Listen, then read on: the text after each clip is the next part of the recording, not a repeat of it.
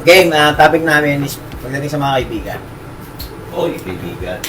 Maraming, ikaw Kuya Bray, anong masishare mo about kaibigan? Marami akong kaibigan. Pero habang tumatanda ko, unti-unti sila nawawala. Unti-unti ko napipili kung sino yung mga totoo. Pero boy naman. Boy sila, boy. Hindi sila naman kaya, hindi sila naman. Boy pa. Ako, masabi ko lang, marami akong kakilala. Kakilala. Lang. Pero, bilang lang ang kaibigan. Definition ng tropa at kaibigan. Yes. Mas okay kasi yung doon ka sa kaibigan mo na tapos ilalagay ka sa tama. Hindi mo makikita mo ang kaibigan kahit walang-wala ka na, down or ups, nandyan siya. Ups and down, nandyan siya ang kaibigan. Yan ang totoong kaibigan. Oo. Ang totoong kaibigan, ito yung kaibigan na magiging masaya sa lahat ng bagay na achievement mo. Yung parang sa'yo. Yes, kunyari, na-achieve mo yung bagay na ito, masaya siya para sa'yo. Hindi yung maiinit siya. Yes, mismo.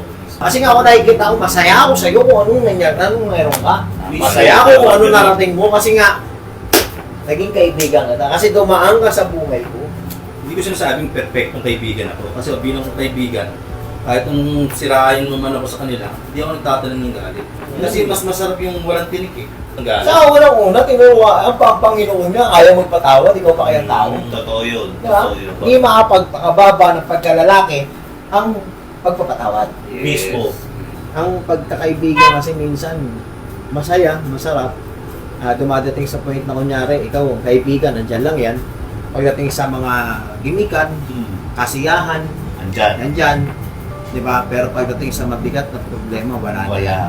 Yan. Pamilya mo pa rin, ang titignan mo, partner mo pa rin, asawa mo pa rin, anak mo pa rin, ang makakasama mo sa Sila pa rin ang nandyan. Sila pa rin, kaya mas uunahin mo ang priority unang-una, asawa. Pamilya mo, nandyan din. Sila kagat papa mo, nandyan rin naman. Tatay mo, syempre. Actually, baliktad eh.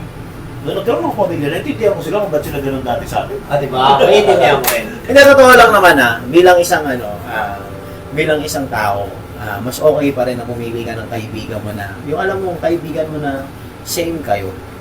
Na alam mo, through ups and down, sasamahan ka, hindi porket may pakinabang ka, hindi porket na may mahuhutot sa'yo, sa nakakalang sasamahan.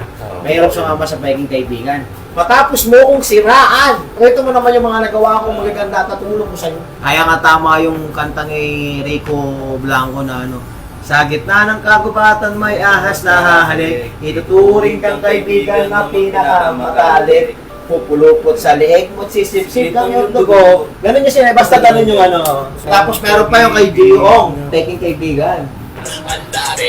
Yung kaibigang peke,